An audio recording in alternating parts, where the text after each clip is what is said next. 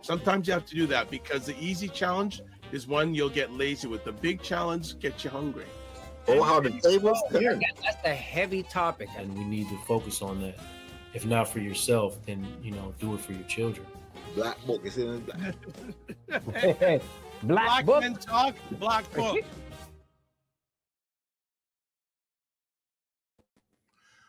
What is up, everybody? It's Dr. Vibe here, host and producer of the award-winning Dr. Vibe show, the home of Epic Conversations.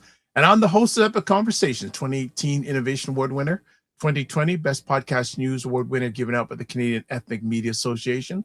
I also co-host and co-produce the only online show in the world for dads, fathers, and male caregivers that's sponsored by Dubman Plus Care. And being part of that movement, we've reached out directly and indirectly to over 400,000 dads, fathers, and male caregivers around the world. And as always, I like to say, you're blessed, highly favored, a magnet for miracles, and a solution for someone's problem. Welcome to Black Men Can Talk, a show where Black Canadian men come together to have real, unfiltered conversations about life, culture, and community. And I'm joined by my regular co-hosts, one of my regular co-hosts, Kofi Sadat, and also joined by a gentleman who wants to be part of this. He's barging the door. He's a part of it. And Jonathan Shaw. So what's going on, family?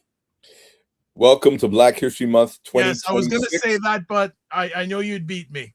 Sorry, man. That's all right. 100 years. 30 years in Canada, 100 years in the United States. Bam, bam. Black History Month. Yeah, Well, interesting. Now that we could go into that for the rest of the conversation, but I'm sure we'll touch base on it sometime this month. But I just think, I don't want to go down because if we go down that slope, it's gonna just dominate maybe we'll hit that for the next show. Kofi Sadat was out today with his beautiful partner, eating some food. That's it. Eating some good food, some real food from the real jerk, right? So it was all good. Again, as I said, celebrating African Heritage Month, and also, making sure we keep the dollars in our community, which is equally as important, right? So it was good to get out there and vibe. I hadn't been there for a minute, right? So kind of hail up the folks that were there, and they put on a Caribbean brunch today. Yeah, so I think every Sunday, or was it just today? Well, I think they said they're going to try to run it like once a month to start, and maybe every first Sunday. So yeah, come check it out, man. It's in the East York location.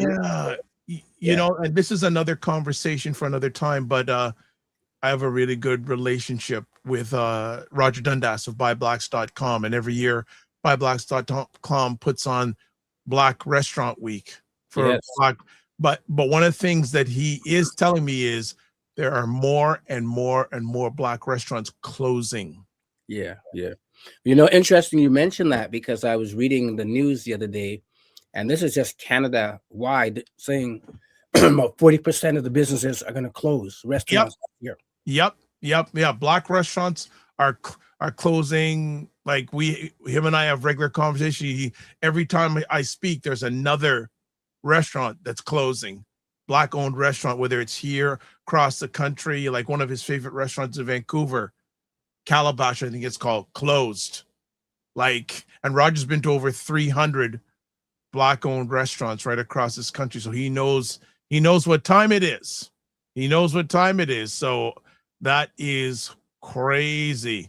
So, gentlemen, as always, before we go to break, I want to say, what is a win that you've had? So, Mr. Juice Man, give us a win you've had since we saw you last week. I finally got myself a new phone. Woo! So, I can be bossy again, the bossy car, so then I can get the bossy phone, and I have a bossy iPad now. So there you go. It's some things that I've been saving up for, and all the other sort of stuff. So finally, that's a win for me. The challenge has been to authenticate myself on the new devices. And, I'll just let you know, hey, just when you get a new device, automatically assume that for everything that you need to authenticate, you're going to be needing about an hour to hour and a half to call customer service or whatever. Is that Apple? Yes, it is. Well, I'm still going and this has been around for a long time. My Android phone, for me, as long as the phone can make and receive calls and do basic data, I'm good. I've never owned an iPhone. Oh, really? I have never owned Now, the funny thing is, it took me a while because I'm going, all these people talk about Apple this, Apple that now. And I do have an iPad. I use it periodically. I'm not jailed to, but I do use an iMac, and definitely using an iMac, I get it and I really appreciate it. But I go between Windows and Mac, all that stuff. So new phone. Yeah, and I don't even want to know how much you paid for it. So that's another conversation. Mortgage. Not even mortgage. Mortgage. But the reason why I did Apple in the first place is because when my first two children were very, very young, and they would go away to Florida and that sort of stuff, and they wanted to keep in touch with Daddy, they had an iPod Touch, which allowed them to make phone calls. We're going back now. Yes, and back then I had a BlackBerry. So when my contract was expiring, I decided to go over to iPhone, and I've been iPhone ever since. And that's one of the reasons why I had it. This is so ironic because I spoke with a longtime friend about 2 or 3 hours ago, and she said she had to switch phones and she misses her BlackBerry. We all do. BlackBerry, it's too bad because that was the phone, man. That was it. That was it. I missed my Sky pager, guys. I had a big nutty pager like this. I used to walk around high school mostly like anything. Big pager on my hip. Not the nice when Juice, I don't see too many times Juice Man cover his face in laughter, but I wish I could have got a screen. You know what? I was waiting for the man to say, "Yo, I missed my StarTAC or something," but well, this afternoon, myself and Juice and we're talking about Admiral televisions. We don't even want to go there. All right. Yeah. You don't want to go there. So, Kofi, Sadat, what's a win you've had in the last week? Listen, I got 2 wins. The first win is I survived the January cold. I'm gonna give myself that. This is a brutal January. I didn't know if when I got up this morning, I had to say, is it really February? Yeah. But it was nice. It was nice. And I think in the spirit of Black history, it was nice. And then the second win is when I went to the restaurant today. I saw a friend, like a good friend I haven't seen in a while, man. So big up Professor Chris Williams. Oh, wow. My deep bro, man. From way back in the day when I used to hang out at York at Yubsa and all that. So I haven't seen my bro in a while. But it was just great. We sat down, just had some good conversation randomly. Nice. He showed up to the restaurant to return something. But it was just we just sat down for a good 30 minutes, so nice. Never know. So I'm gonna give thanks to good old friends, and it's a win to still be here and still, have things to talk about. So So what about yourself, Dr. Vibe? I was out this week and I had a conversation with someone who I can really bounce things off of, and they can give me clarity. And it was just so nice. And I hadn't seen them been with them or communicate with them for a while. It was just good to spend that time.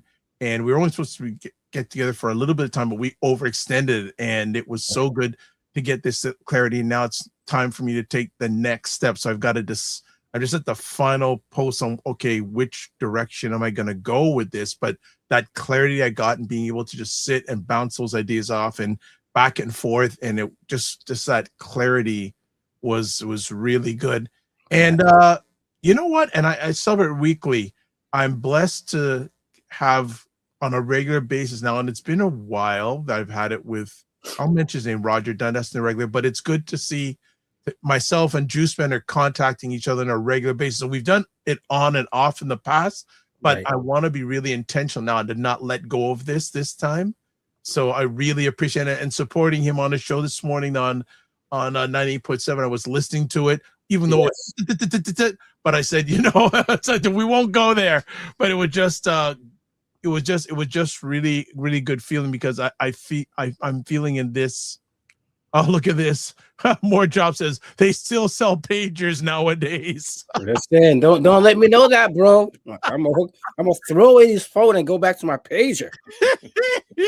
More Jobs. I want to shout you out, by the way, because you have not only appeared on this platform, but even on when I'm doing the Morning Vibe, you contribute. So hail up, and if you ever want to come on the Sunday, the mic is open. The mic is open, 100%. All right, we're gonna go to a break. And when we come back from break, we're going to do some quick housekeeping. Then we got we were going to do part 2 of the conversation about the documentary Missing Black Boys from CBC Fifth Estate, but we were given some suggestion to go in a different direction in regards to that conversation. So we'll be back in just a moment, and when we come back, we'll get to it. And as always, please chime in if you have any comments, questions, because we can't do it without y'all. So we'll be back in 15 seconds. You are watching Black Men Can Talk with Dr. Vibe, Kofi Sadat, and Kofi Morris. It's a show where Black Canadian men come together to have real, unfiltered conversations about life, culture, and community. All right. Black Men Can Talk. All right, let's make it happen. Subscribe to the Dr. Vibe Show on YouTube and hit the notification button. Also, like the Dr. Vibe Show on Facebook, LinkedIn, Instagram, TikTok, Blue Sky, and Substack. If you want to advertise your business, product, or service on any of the platforms that I'm a part of, email me. dr.vibe at the drvibeshow.com. And if you got a question or take, certainly you can put it in the comments, whatever platform you're watching live. But we would love you to call in. So go to your favorite digital device and whatever browser you use, put callme.rode.com, and then go to the next screen, put in the code FSPL8L, and put your name in, and we're ready to rock and roll. As I mentioned, last week, we were doing a conversation about the CBC Fifth Estate documentary about missing Black boys. And during the week, Paul shared a conversation he had by a gentleman. We won't give his name because, and he said, you know what? We need to celebrate how the many Black men out there supporting Black boys and inspiring ways that Black men set up. So this is a foundation of our conversation, our show, celebrating Black men. So that is what we're going to be doing today during the conversation. And More Job says, I heard Juiceman on the radio today as well. That 1% piece the dear doctor talked about was wild. And Sister Goy says, I just watched it last week. Good to have you here. Good to have you here. All right, so let's get back. I'm going to put a conversation piece out to all of us, and maybe even some of the people in the audience. So first conversation piece. When you hear the phrase Black men supporting Black boys, what does it mean to you personally? I'll let my elder Juice go first. Go ahead, Joe. I've always had the support of my elders, but the one thing I never had was the support of my father. And I would have traded all the men that I knew for the support of my dad. Now that I am a father and have 2 sons, but my younger son is 13.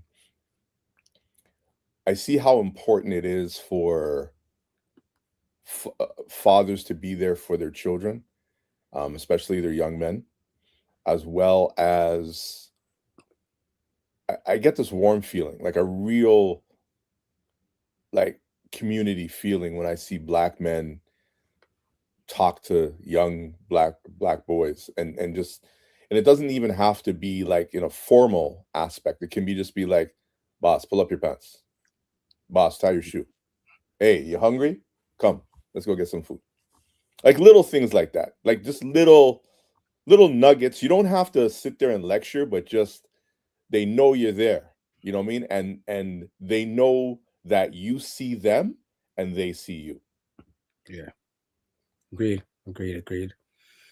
for me, I would say I love where you're going, because I think it's the informality of it.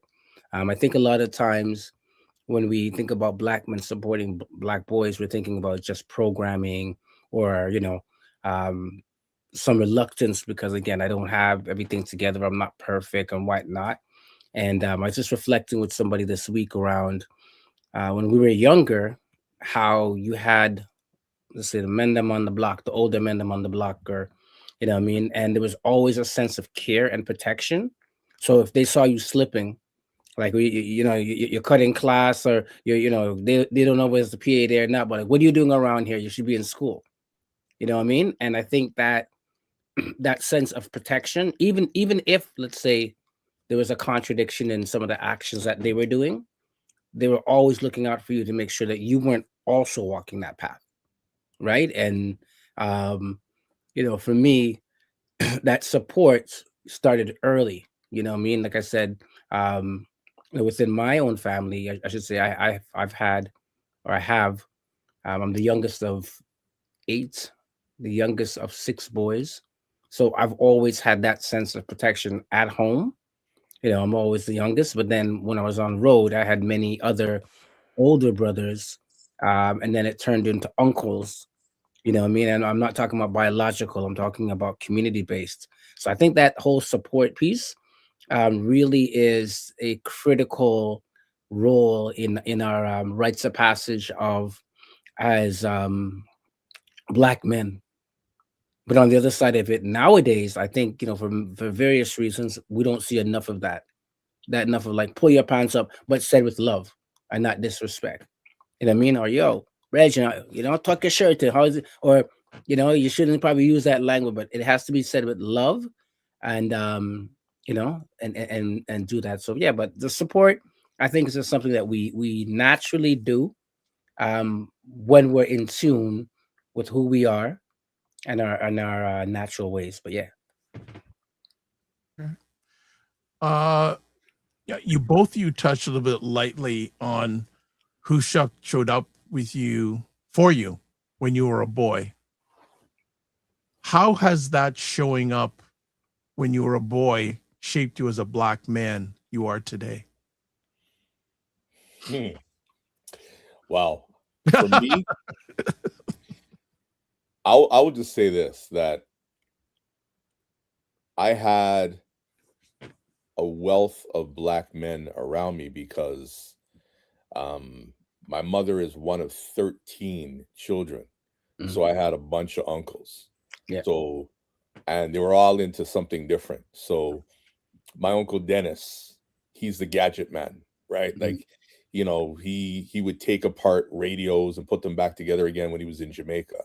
I owe everything I know about the inside of Jamaica studios and being around music and reggae music to my uncle Earl, aka George, right? That his real name is George. Yeah. And I always say to my uncle Ken, known as Stan, real name Stanley, Yeah. that if it were not for him, I wouldn't know what a turntable is. I wouldn't have the love for that, because from 2 years old, he would put me, on his lap and put 45s on that old gramophone, one piece, flip open the front wood turntable thing that we had in the house, and all that other sort of stuff. So I had some great men in the family, and Yeah. then at church there was my uncle Charlie and all the men at church that were there for us growing up. And even though he's not a black man, Mm. which was really fun. When I think about it now, I'm like, wow, this kind of interesting. But imagine a big Ukrainian man walking with this little black kid, back in the early 70s, and that was my Uncle John. Yeah. Just taking me around, when everybody else was busy, and that sort of stuff. So I love that I had a lot of people around. But as I got older and they got their own children, Mhm. I then experienced the loneliness and the loss of not really having, you know, those individuals around. But again, by the grace of God, my barber actually stepped up. Believe it or not, my barber is the first person in my life to ever call me his son. That was the first man to ever say to me, "That's my son." To my ears was my barber. And to wherever you are, Mr. Lloyd Bookall of Bookie's Barbers, you know, on Oakwood, you know, still, his name came up today, and I was like, "What happened to Bookie? I can't find him." Right? I'm looking for him just to say thank you. Yeah, yeah. That's beautiful, man. That's beautiful. I would say again, you know, similar to yourself, I had some uncles that really stepped up. You know, I mean, 'cause I have a lot of men in my family, but I had some uncles. I would say like my uncle Ezra. What I remember, he used to take us to Maple Leaf Gardens to watch wrestling. Right? You too? And No. bro, listen, wrestling was the thing. I'm telling people who don't know, back in the day, we're dating ourselves. Socially, like all types of people, all types of demographics. You know what I mean?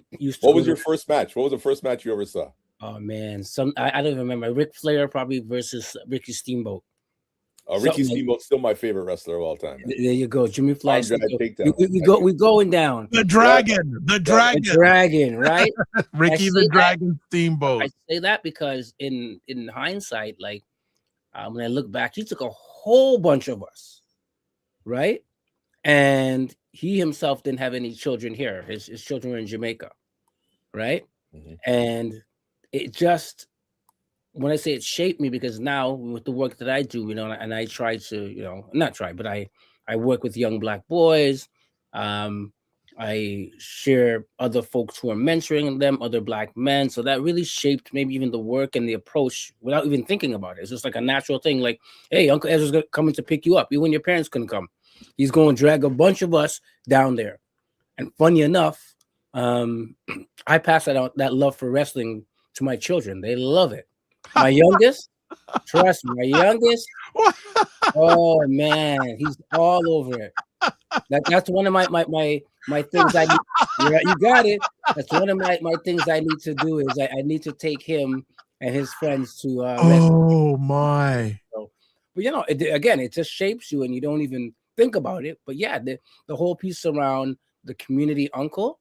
And again, he was taking my young white friends, my young Black friends, whoever could come along. He's like, yo, I'm taking them down to wrestling. Right? So stepping out and doing that work, you know, I'm sure it has impacted who I am today as a father, of course, as an uncle as well, but really as somebody who, you know, sees the need to work with our young Black men and just young men in general and give them opportunities that maybe they wouldn't otherwise have in regards to bringing them to places and spaces. And rest in peace, Maple Leaf Garden, because a lot of good memories there, you know, a lot of good memories. Well, it looks like you guys have fired up the wrestling community here. But More Jobs says, you know, it amazes me how COVID came and has left us out the door, yet racism still permeates the fabric. He also says, to answer your question, Dr. about mentorship and the consistency of it. That's what it means in regards to our first question. We've got some more stuff happening here. Ryan Knight's in the house. He says wrestling in the 90s was the truth. Our truth. There you go. Our truth. There you go. And More Job says WWF, Bad News Brown. Get over Geez, some peace. This man's going back. We said Bad News Brown. You're going way back. Angela Mosca, you break my cup from Iran. I could do it on the American people. This is it. This is it. Russia #1. Yo, you do that. The Iron Sheik was incredible. The way his cameos were always just priceless.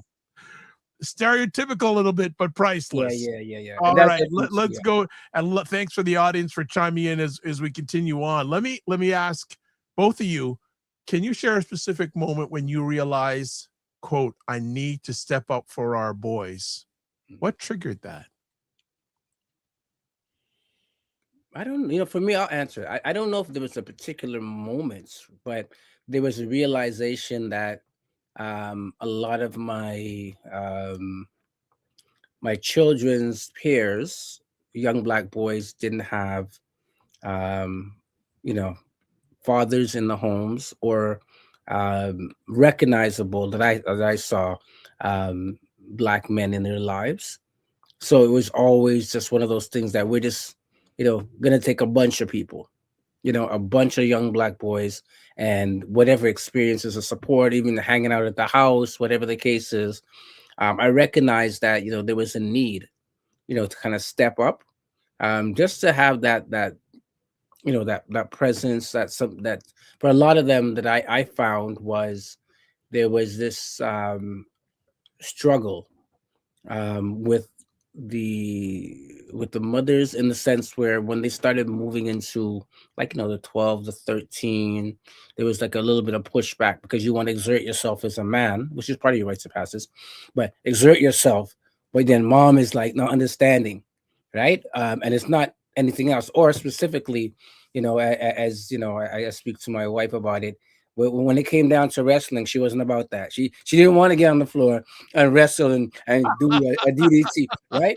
And sometimes like, no, I don't want to do that. Go wrestle with your father, right? So other, young men were like, yo, we'll wrestle. You know what I'm saying? We'll do that thing. So I saw the need, again, when my sons were like 12, 13, moving into that age of,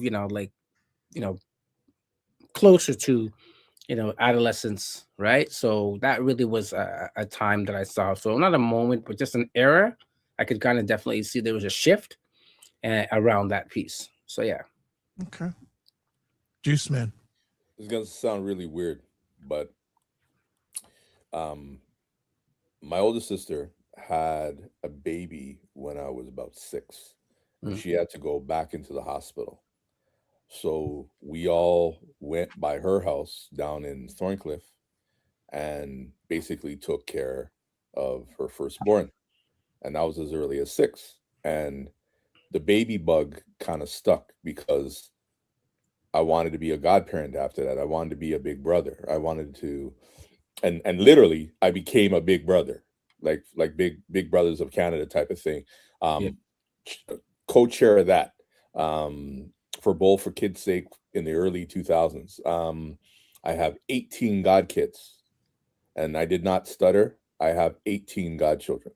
I've been a mentor forever to young boys and young girls, but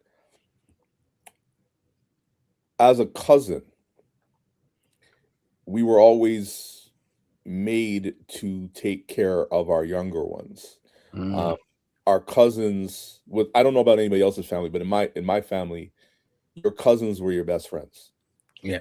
And I always say this, the saying, family over everything. So I'm about 10 years older than the majority of my cousins. Like, let's say, I have some that are 6 years younger, 7 years younger, but generally the majority of them are 10 years younger.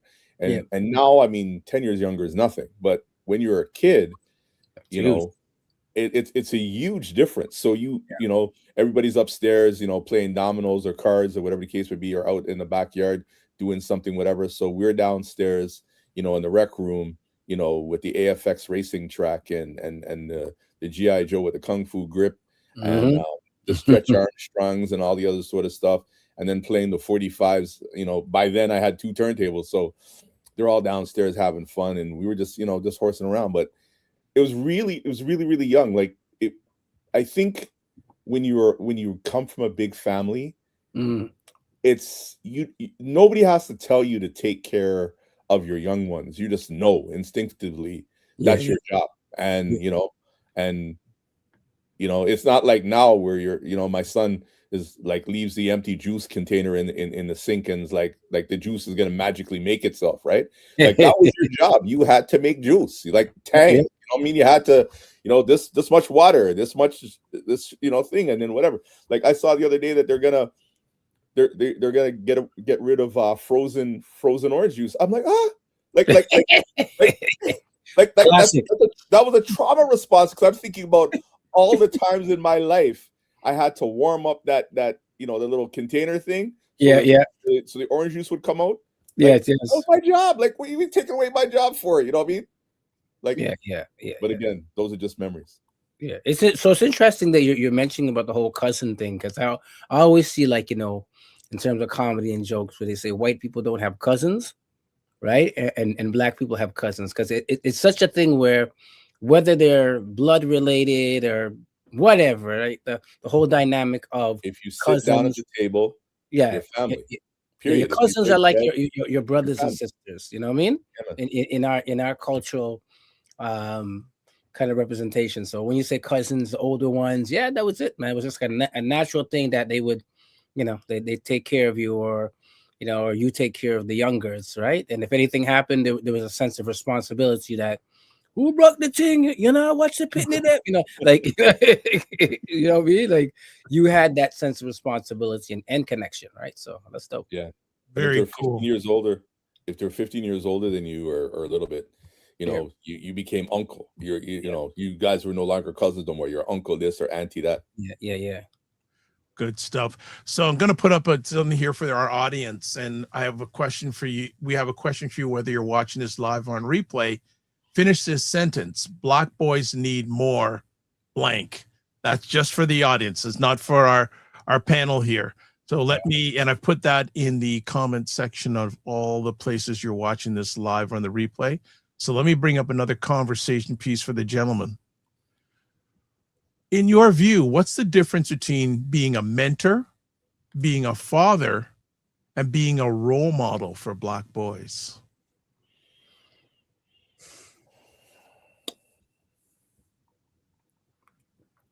I think I'll answer. I think they can. Here's the funny. I think they all can be the same, but I think the difference, I would say, in my case in particular, is the different moments and the different environments, right? So, for example, I do like I mentioned, I do a rites of passage process in community, and my son is part of the group, right? So, in those times, right, I've got to separate being a dad from being a mentor, because I don't want to, get on him harder because I know what I know, or I don't want to give him a favor because he's my child. So in those particular roles, like I choose more to be a mentor, and to be kind of a role model. And I think again, I think there can be differences. A mentor is somebody really that you're kind of showing somebody the ropes and kind of guiding them, and sometimes it's very specific, like say it could be an area that they want to get into, area of interest. So you could be a mentor, you can mentor folks. Of course, being a father, it doesn't have to be biological, right? You can play the father role, as we come from a culture of many fathers, and I've got many fathers that I'm appreciative in my life, not just my biological. And then, being a role model, I think, I'm almost of the Charles Barkley, mentality about criticizing role model. I'm more into modeling than being a role model, because I think a role model, often the challenge with that is that people don't feel like you're fallible. Like, you can't make mistakes. Like, you got to come out to be a role model. You got to be perfect. Right. So, but I think modeling behavior, and that behavior sometimes is good. Sometimes the behavior is challenging. And sometimes you got to show your failure as much as you show your success when you're modeling, because otherwise it's not believable. Right. It doesn't connect with folks, because it's all good all the time. So, that's my long explanation, but that's kind of how I would break it down. Juice? Being a mentor for me is getting that person to the finish line, or helping them get to that finish line of whatever task they want. So, one person wants to do, let's say, broadcast journalism. You try to steer them in the right path. Hey, do this. This is kind of what I did. So you lead from I. Being a father is like, for the same type of thing, would be like, you really want to do that? Like, Why? Like, no, man. Like, you need to. There's more of a. There's more of a looking at what your child can do and Mm. put them in areas to succeed. And even if they're not good at something, you try to encourage them to practice to improve on whatever skill that is, not just steer them in one path, but in many different sort of things. Role model, and I don't like to use the term role model. I think we look at different aspects of what people do. Like, there's certain things that I do that people like, and there's certain things that I do that people don't like. And I say that I'm a role model for both. If you see something in me that you just can't stand, well then, don't do that. Be like, Jonathan does that. I don't like when he does that. So I'm gonna steer away from that. But I saw him do that, and I don't want that for me. But he does this really good, so I'm gonna gravitate to learn from that. So you can kind of learn from the both aspects of the yin and the yang. And I think when we use that approach to a role model, we can look at to me, sometimes in life, because I saw somebody do something and get in trouble for it, I was like, no, no, that was my role model. That was my role model to say, don't do something. And then I saw something over here that somebody did and they were great at it. I'm like, okay, yeah, I want to do that. Yeah.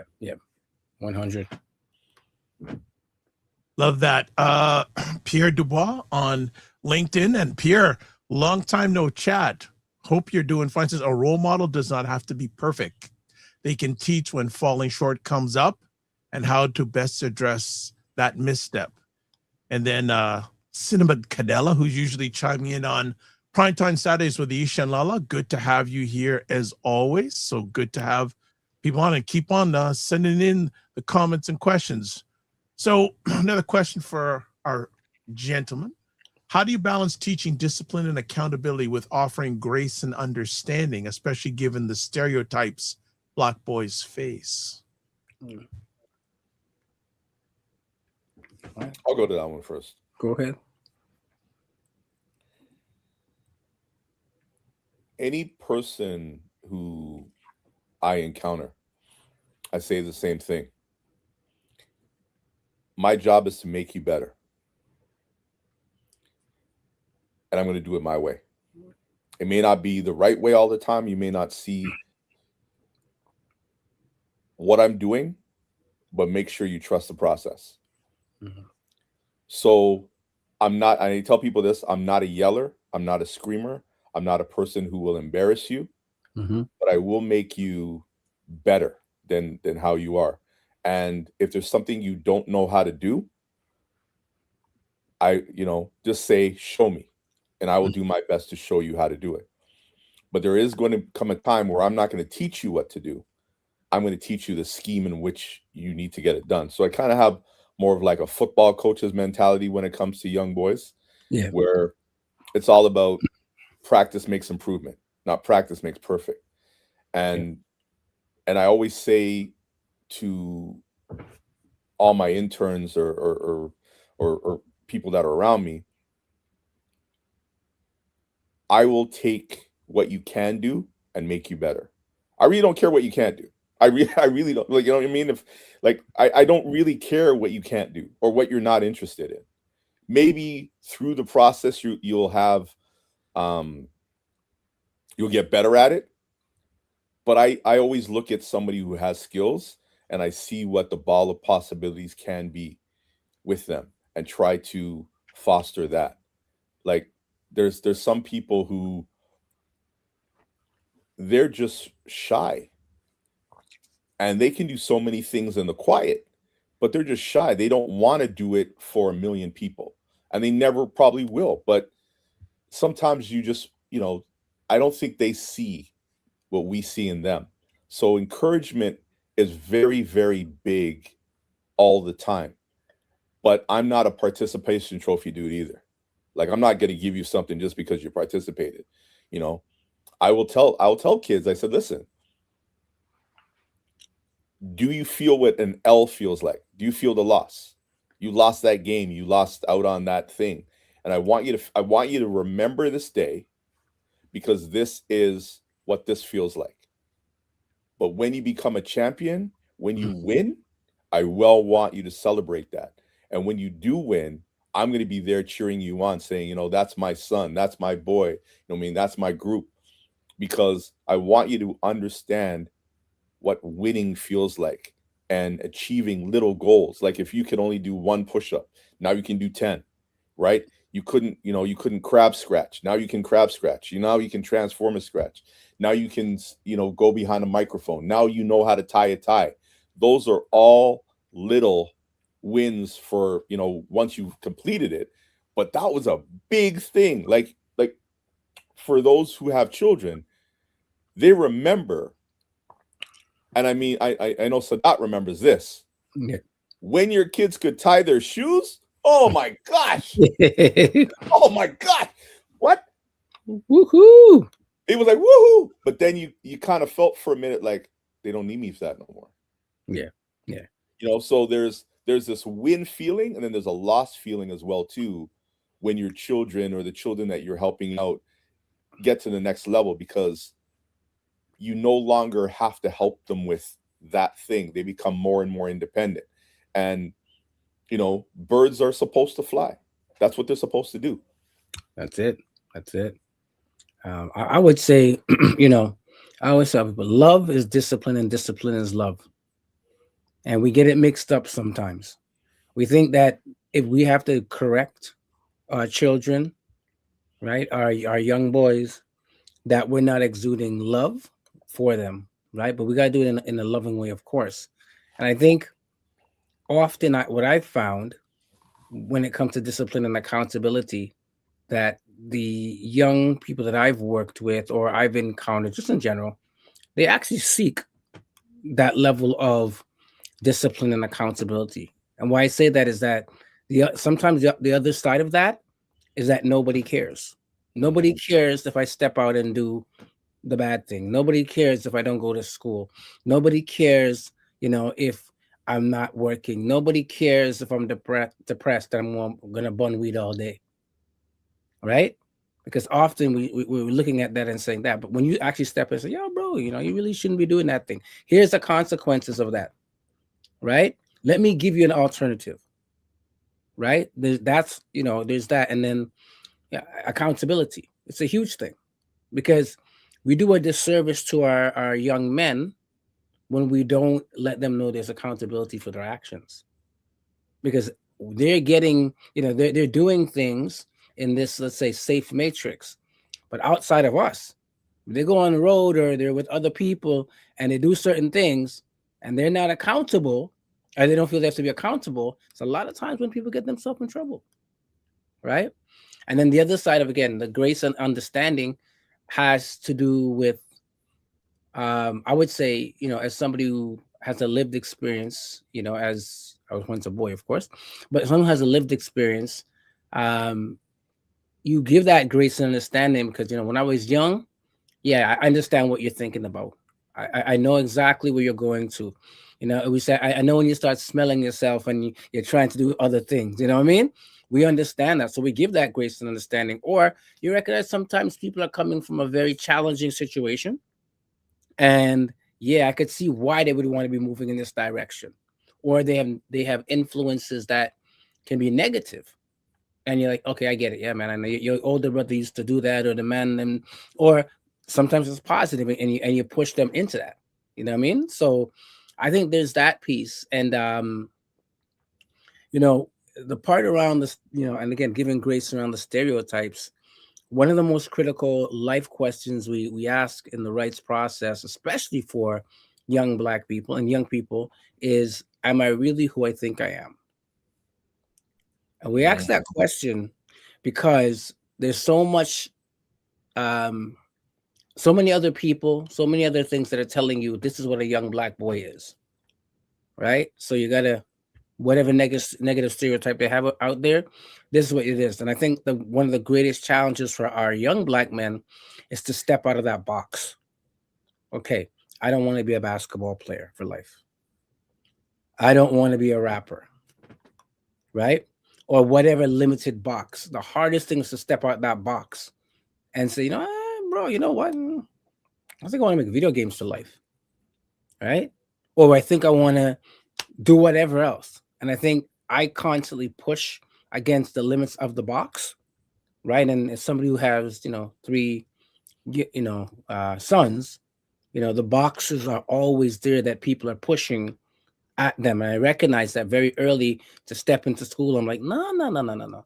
Yeah, he may like playing basketball. Doesn't mean, he doesn't want to study this or he has an affinity to do that, right? So those boxes and that stereotype is often sometimes the most challenging things is to, even allow them or give them an opportunity to look outside that box and say, hey, you know what? Oh, there's some other things I might want to get into. So yeah, it's kind of a mixed bag between the discipline, the accountability, the grace and understanding.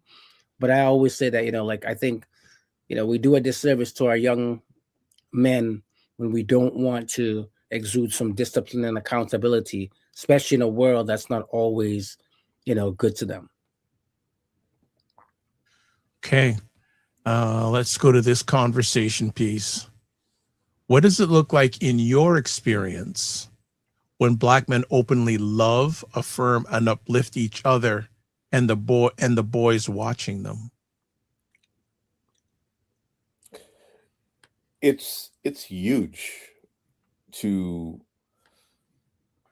show love to everybody. Like one of the things, and I can say this about myself and Dr. Vibe. And maybe it's a Scarborough thing because guys in the West End don't do this, or they didn't do this when. We'll take it. We'll take it, my guy. We'll okay. take it. I mean, I'll give you guys in the East the prop. Like I remember one New Year's Eve, I noticed that all these guys in Scarborough were just hugging one another. Like when they saw each other, just giving each man a hug and stuff. And I mean, guys in the West are more like, hey, bounce, whatever the case may be. But guys were like fully hugging. And I remember Dr. Vibe, like he saw me, he's like, "No, man, give me a hug." And in the beginning, it felt very uncomfortable because I wasn't used to it. Yeah. And then I joined the Lions Circle, and guys were hugging. And I remember when I went through my LPI when we call it graduation, and I had never hugged that many dudes in my life. But Christmas time, my son, I think he was maybe about 2 or 3 at the time, but he got to see for the first hand all these men just hugging. And there's not a day that goes by when he gets in the car, the first thing we do is hug. And I mean like some like the way you would hug like your dog, like, come here, whatever. And I do it in front of his friends. And normally when you do stuff like that in front of like the friends be like, "Oh, what's going on here?" But I show him so much love. Like he comes over, gives me a hug. I could be on a live and he's here and he'll bring me a drink or something like that. And he'll kiss me and hug me. And to reinforce that love element, it is so very important that we show love and that men don't have the problem of saying, "I love you," and giving a man flowers while they're alive. You know what I mean? Like I remember in the summertime of this year when they were doing Black Men's Health Month, Mental Health Month. And I saw a statistic that really, like, I started crying. And it was that 83% of all men in the world, the first time they got flowers was when they were dead. Damn. And I sat, and I mean, and I was on my way to the garden center because I love to garden. And I'm thinking, I receive flowers. I've gotten flowers all the time. But I'm thinking, how many brethren do I know who have never receive flowers. And that day, I went and I got a couple of plants for the people who meant a lot to me. I gave one to my barber. I said, you know what? Hey, hold this. Gave one to another person. Said, hold this, and just to say, hey, I'm really giving you flowers. Yeah. I mean, whether or not you want them or not, that's up to you. But I'm giving you your flowers. Yeah. Because I'm not buying a bouquet when you're dead. You can't smell them. You can't see them. Can't touch them. All of the above. True. I was interesting enough. I was starting to say what it does is it gives them permission. It unlocks the whole piece around. I can actually express love genuinely to my brother, and I think by us modeling that behavior, it unlocks and gives them permission. I'm just thinking. Last night I was at a family dinner, and my niece's friend came over, and she had a son, maybe about 2 years old, maybe. I'm probably maybe 2 years old. And before he left, he hugged every person in the room. Now, I had never met this young person before. Yesterday was his first time. He gave me a warm hug and everybody a warm hug. And this makes me think in the moment, what happens between then and when we become, these gray bearded people as Black men. Right, we lose our permission, and it's too cool, and all the negatives that go to it. But I'm like, we need to look sometimes at those babies because they can show us, this is the way. So I think that we continue, to show love genuinely. And I'll say my own personal challenge is within my family. I would say, typical Jamaican, Caribbean father, man, then they're not really much about, the hugs and I loves you and all that kind of stuff. So I didn't really see that behavior modeled in that particular way. But as I've gotten older, I recognize every time, I'm saying goodbye to my brothers, they always say I love you. And I noticed it, and I was like, bro, I gotta say that back to them. So I've made it a practice to make sure that I'm saying it back to them, and that my children are around, and they, we're around, they're hearing that, because I think it's important. It unlocks and says, dad, uncle, whoever else can say I love you or a hug or whatever, then I can do it myself too. I don't have to hold that back when I feel I need to do it. Right? So the permission. Good If stuff. I could jump in on there, I lost my dad back in 2023, like right around Christmas time. And there was such a finality in his passing. Not in the aspect of, boohoo tears or anything like that, but there was that I've reached this old, and there's certain things I knew my father was never going to do certain things. My father was never going to tell me I love you. Mm.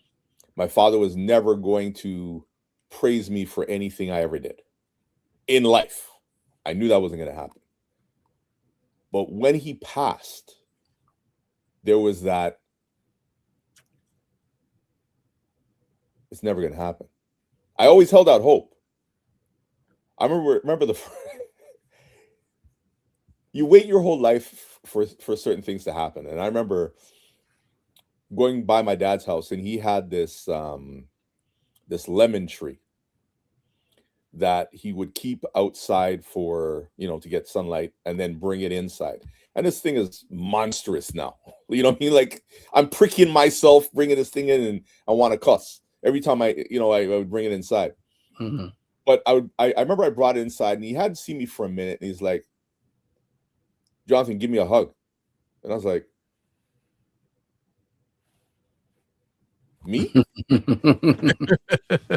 want what? You want a hug? And I was scared. I was really scared. Like, I gave him a hug, but I got scared. I was like, are you okay? Is something wrong? Like what's happening? You sick? Like literally, like I was like I had to call people. Like, I literally called people, and I was like, yo, what does it mean when your dad is like in his 80s and he wants to get, and he asks for a hug? Yeah. Like, you know what I mean? Like, it was so strange, because I'd waited my whole life for this to happen, for him Yeah. to initiate it, and finally he did it. So it even re-emphasized how important getting a hug and giving a hug to my children, and always, giving them the words of affirmation, I love you, is so important for, our children, our young boys, our young girls to hear. True. Like True. that. That's So beautiful. Pierre says, I really love Kofi's insight about recognizing when young men practice their skills privately. A relatively safe space lets people focus on what they need to learn. Sure. Good. That's good. That's good. We're running down on time, so let's see if we can squeeze some quick things in. Okay, because I value especially Kofi's time, because he jumps off real quick. So I'm gonna make sure I do some rapid stuff. Okay. So for both you, imagine a Black boy is watching this right now and feels unseen or discouraged. What would you say directly to him?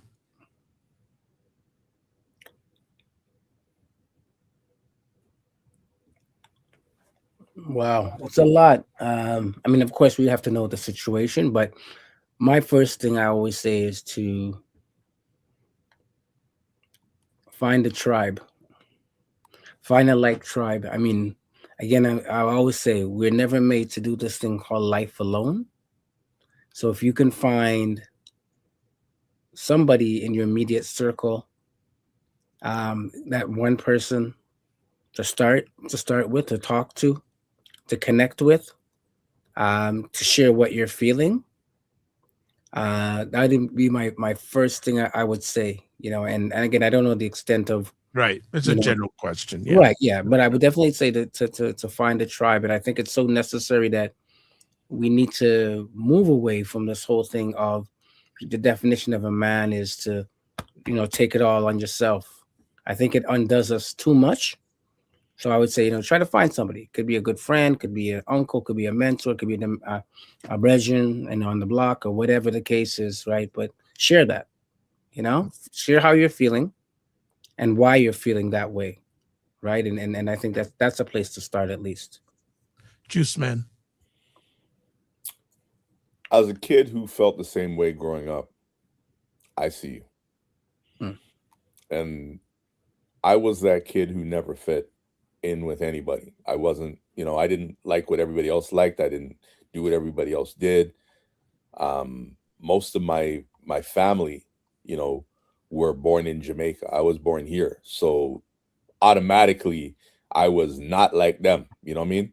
Like, so, and they let me know it, oh, you're not real Jamaican, you're this and whatever. And you felt like that. And then I grew up in an area at that time where it was very white. So you don't fit in. Mm-hmm. And it literally wasn't until I was like 16 years old and got a job down at the Eaton Center where I actually found people who looked like me, liked music like me, liked the things that I liked, started doing different things, and got a car. Then I could drive different places. I could come down to Scarborough, and then hey, there's more people who do the things I do, and DJ and whatever. And then you start to find yourself. So don't be all that in a hurry to know what you're about and to have a whole bunch of friends when you're young. Yeah. Do a whole bunch of different things, because the worst thing you do is peak at grade 6. Like, that's your best time in your life. 6, you're grade 6. That's it. There's nothing after that for you. Yeah. Keep peaking, not peaking, but keep reinventing yourself as you get older. Try different things, try different,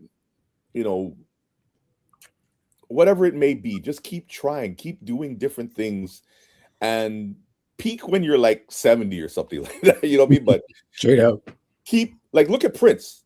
Prince has done so many different types of things over his lifetime, different hairstyles, different whatever. He's not been the one trick pony that we've seen with certain people. Right. He's done many different things. So keep reinventing yourself. But the number one thing is, by the factor that you were born on this planet, you are special. And we see you. And it's only a matter of time before the people who you want to see you, And even if they don't see you, go somewhere else where they celebrate you. You know what I mean? Don't stay where you're tolerated. Go to where you're celebrated. Trust me, you'll make a lot more money. You'll have a lot more fun and have a lot more, just seriously. I speak from experience. Just, you know what I mean? In this arena, you ain't nothing. Over here, you're a superstar. Stay over there. Yeah. Kofi, do we have time for one more? Because I know you usually go ahead, bro. It's all good. This is a good one here. If you could rewrite the dominant narrative about Black boys, what 3 truths would you want the world to believe about them?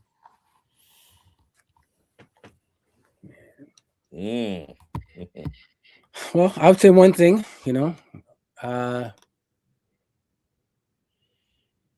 Black boys, they're magical. I would say they're magical. You know what I mean? And when I say they're magical, it's like when you see that joy, that genius in them, they're magical. If you sit back and you observe, when Black boys connect, I'm talking, in a good way, and you just see that it's a magical thing. I think they have the power to really shift and change a lot of things. I'd say it's one thing. So they're magical. They care.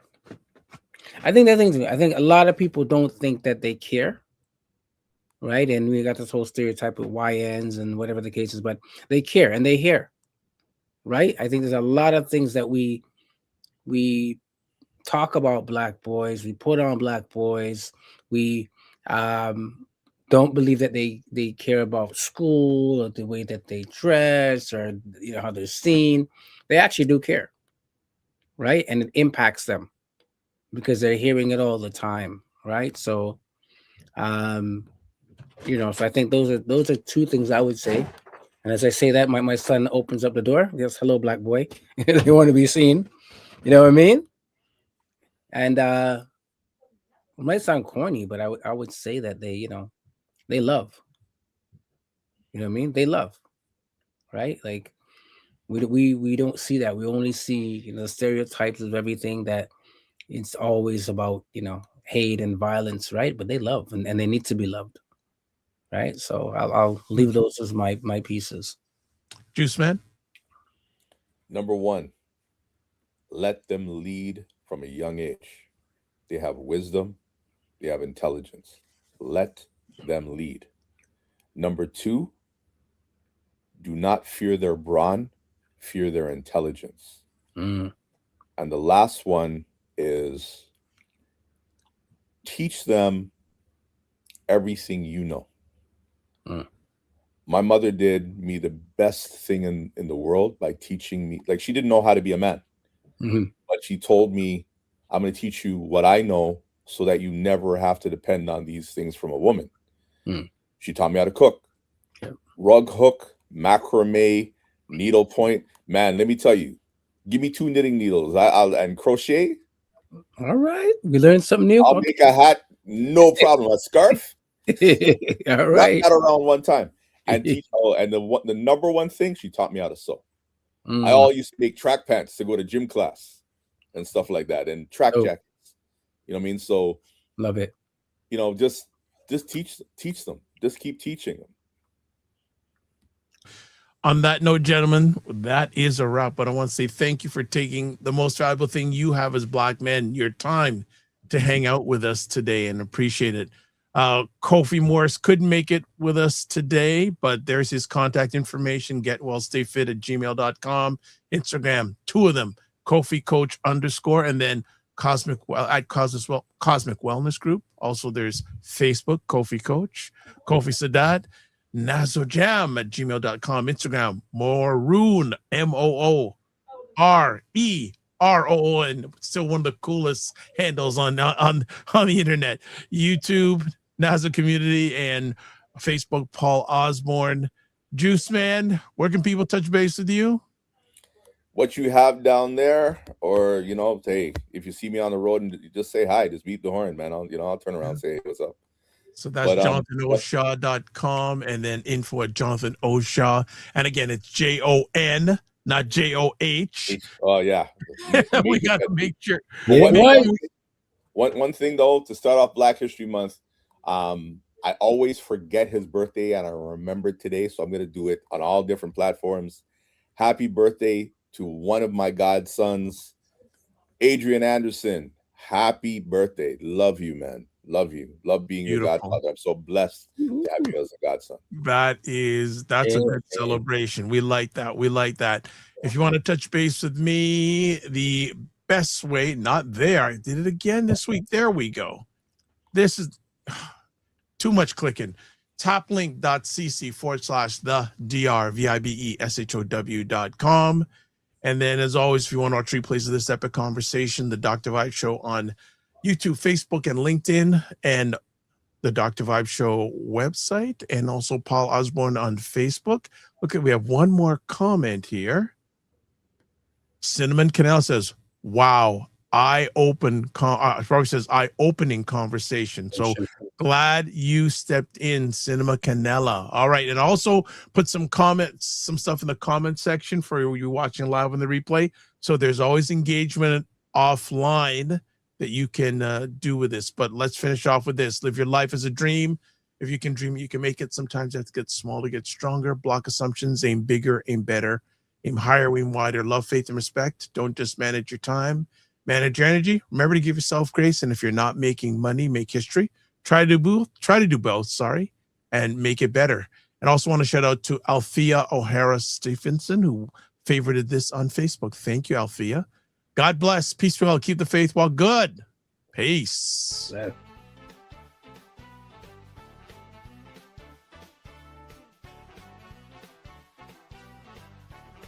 Time that our parents, they're like, I have nothing to teach you. I don't know nothing. And my dad's at that point now. It says, That's my point. But I'd say, no, Dad, you got lots more to give. You know how cold it is when these two brothers in their yard. You know that. You know that. You don't know that, bro. You know No that. joke. I know we all have these things, but you know what? My go-to is this thing. Wow.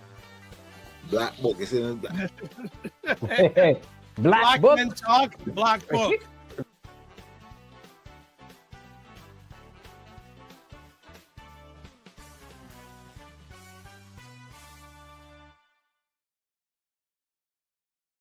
But no, you can.